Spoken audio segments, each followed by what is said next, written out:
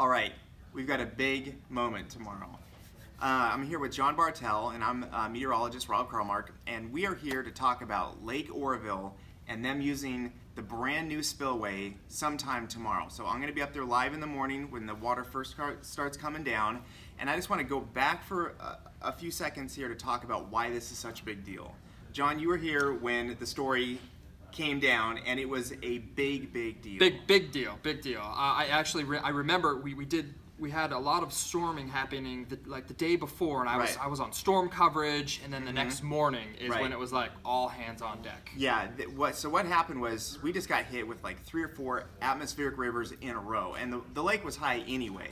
And then it got to a point where they were going to have to use the spillway. That's a totally normal thing. Every single dam out there has some sort of way to bleed off extra water, because what you can't have is water going over the top of the dam, because then the dam could come down. So what happened was they let water out of the spillway, and then we started to see that there were problems. There was this video that came out just from some amateur, a woman, if I recall correctly, who went up there to watch it because it's a cool thing.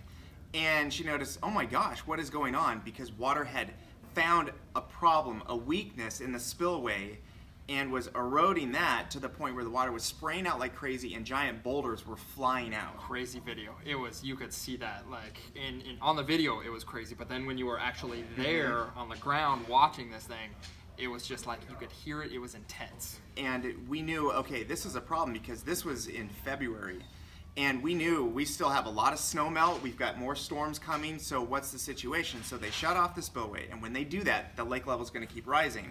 Then they took a look at it the next day, and then once we finally saw people, they sent up some workers, you know, in their full yellow gear and ropes and harnesses to go into this crater, and once we saw that, we knew, wow, Oroville seems really big, and they're not going to be able to fix this season. Do you remember seeing that? I feel like, yeah, you also have to remember, like, this is the United States' largest dam here. Yes. Tallest dam.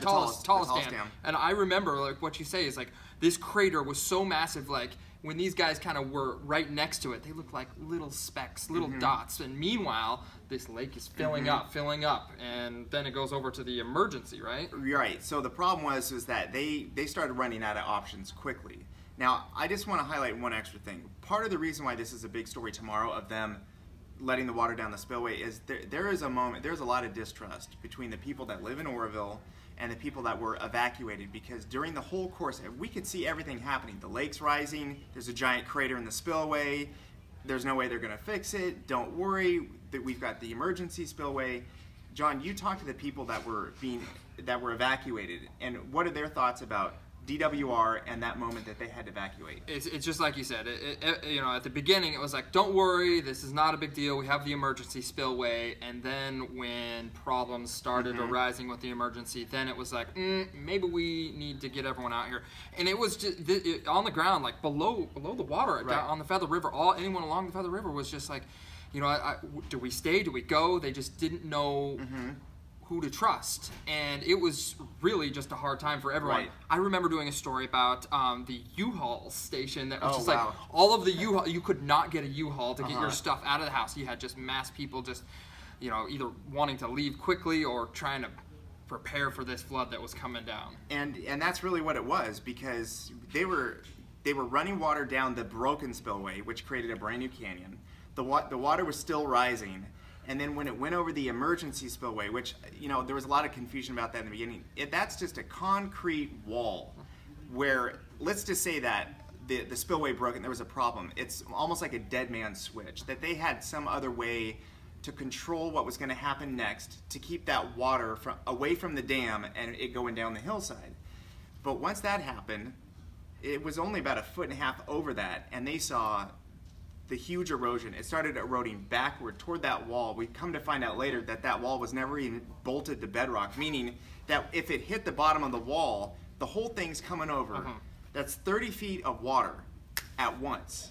And when it started eroding backwards, that's when they made the call, everybody out now. And I think the big problem, if that giant gush of water came down, it was going to create this domino effect, because there was several weirs and dams down the road that were going to break, and that would just create a massive amount of water. And that's what people were just, why do we wait till it got this way? And just to highlight some of the anxiety of this, because that morning, going into that weekend, Department of Water Resources was saying, it's fine, it's going to get close, but even if, it's not a big deal. And then people like the Sierra Club, they sued them years ago saying, look, the emergency spillway is not adequate, because if it were to come over, there's going to be so much erosion, we're not confident that that's going to be a good plan. So there were people out there that were kind of trying to get ahead saying, hey, look, there's more to this, we don't know. And I was reading things like that and seeing things like that, and on Twitter, that's when I became Twitter famous for about a month, because I just said, look at the lake level. It's rising. It's rising. The spillway's maxed out. It's rising. This is probably going to happen, and we really don't know what's going to happen. And it wasn't a news story either. Like it seemed like everyone in Oroville would be like, didn't we already go through this? Like they were all under the impression that, okay, yes, it needed to be fixed, and there was something going to be fixed, but that was not the case. No. So everyone was evacuated. It was a massive story. Crisis narrowly averted. To this day, I say it's probably one of the biggest things that almost happened, not only in state history, but in U.S. history, because if that wall were to come down with 10,000 people plus in Oroville, and all of the dominoes to fall, power plants, weirs, dams, I mean, that amount of water coming down the Feather River, then the Sacramento, I mean, there's no telling how much infrastructure would be damaged along with lives lost, because there really was not enough time to get out. Yeah. And it really was just an amazing sight. Yeah, I mean, towards the end there, they were even bringing in helicopters, dropping in these boulders and sandbags, just trying to like patch it up as best they could. Right. It was a very scary time for a lot of people at that. It was, and you know, when I saw the helicopters with the bags on the ground, they were bigger than several people together, but compared to the dam, not adequate. So here we are, 2 years, $1 billion later. They've repaired it. It's been ready to go the whole season, and tomorrow's the day we'll finally get to see what the water looks like coming down that spillway. I'm going to be there live tomorrow morning. If you want more on this story, we have a whole article on this with updates.